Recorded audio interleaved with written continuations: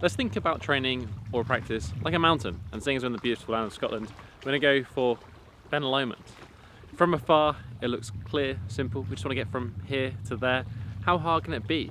When you start with training, motivation is the primary driver. That motivation dwindles because the longer we spend in a discipline, the more we realize the scale and complexity of the challenge. That motivation makes us want to sprint. If I was to try and sprint up this mountain, I'm probably not going to get very far. As Bruce Lee said, long-term consistency trumps short-term intensity. Let's go from the mountain to the gym.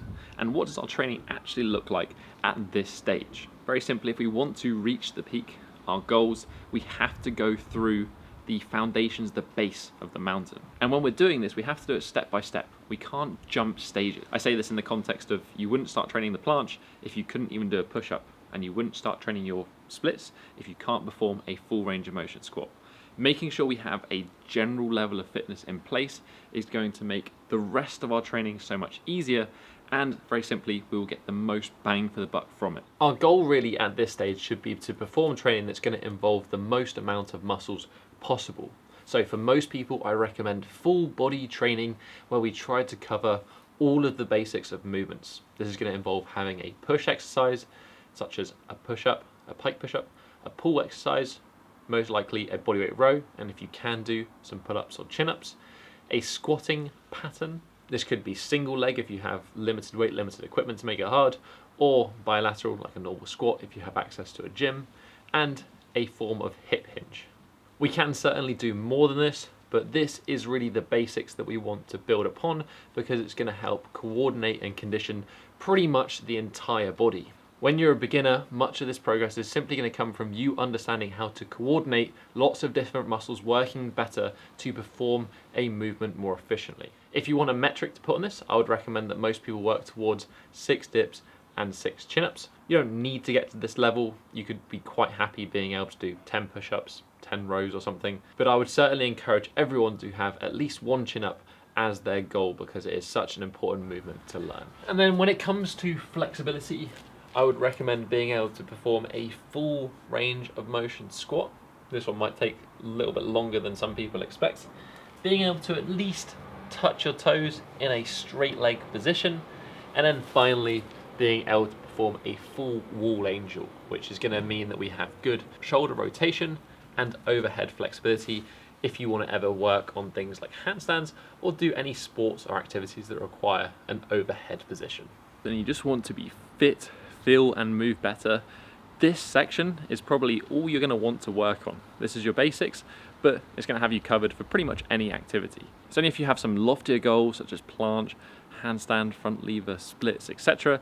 that you're going to want to then pursue and climb further. But let's be realistic, not idealistic here. When you start climbing a mountain, you don't start out with Everest. Something is absolutely better than nothing, and something done consistently can lead to great results. Even if you can commit just 1 day a week, or maybe you're somebody who likes to do something a little bit every day, 15, 20 minutes, that done correctly can lead to fantastic results, and it'll certainly lead to better results than choosing to do nothing. So now we're committed, we need a map, we need a route, we need to know the direction that we need to head towards, and we also need to know how far along that journey we are, because that's another way you can get lost and lose that motivation. Adaptation is not random, it's specific. We need repeated efforts at the same thing. So one, we can assess how far we've improved over a period of time. If every time you're doing something different, you don't know if that thing gets any better. I was training a lot with fancy techniques, changing my routine up all the time, trying to find the optimal program. If I had any advice for my earlier self, it would just be to keep things simple and stay the course. This is where we're going to want to focus on the big 5 for both strength and flexibility. For strength, this is going to come down to the dip, which we should have ticked off in the basics version. We then have the handstand push-up, the one-arm chin-up, the planche, and the front lever. For flexibility, we're going to have the pike, which we should have again ticked off in the basics. And then from there, we have the front split, we have the pancake, we have the middle split, and we have the bridge. All of these goals, both for strength and flexibility, are impressive in their own right, and certainly are going to take a significant amount of time to achieve. Now I've got tutorials, follow-alongs for all of these movements if you do want to get training them. So I'm just going to link them down below and you can go pick whichever one suits you and whatever you want to work on. However, let me give you a few general principles that I would consider when it comes to getting more specific. First is training frequency. I would say a 1 to 2 times per week training frequency is going to be best for most people and most goals, whether it's strength or flexibility. At this sort of stage, generally speaking, I would go for something like an upper-lower split. So this could be done 3 or 4 times per week, and we would train our upper body goals and our lower body goals independently.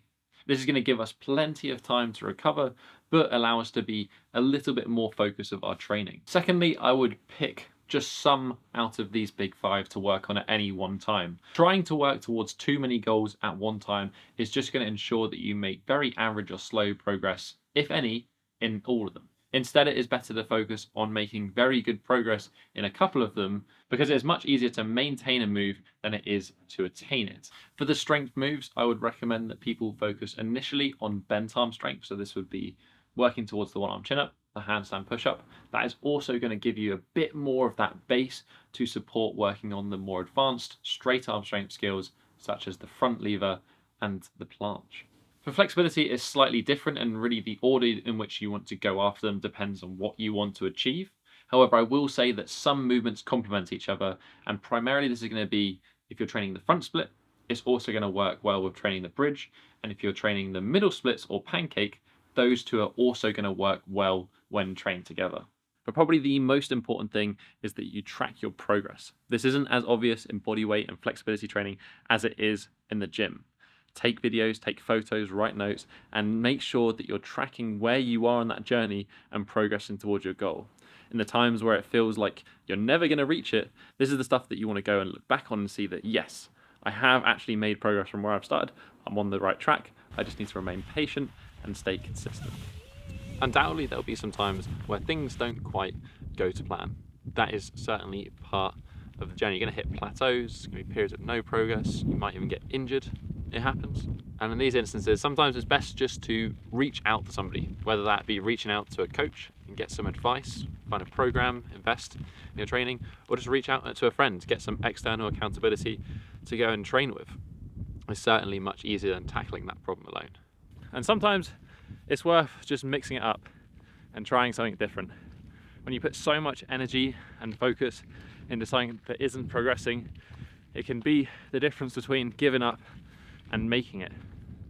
Do something else, you're not going to lose much progress. Come back to it when you're in your best place, you've got a better plan, and you're prepared for the challenge.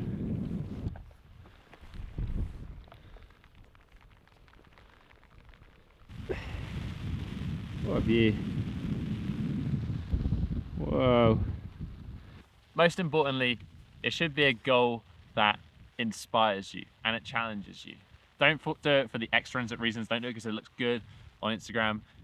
Do it for the intrinsic ones. Ask yourself, why do you want to climb this mountain? If you can't think of a reason right now, don't worry. That mountain's not going anywhere. It'll still be there if you want to climb it in the future.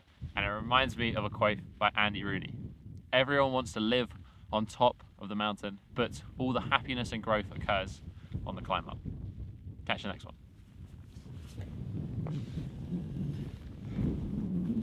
Right, there we go. Help!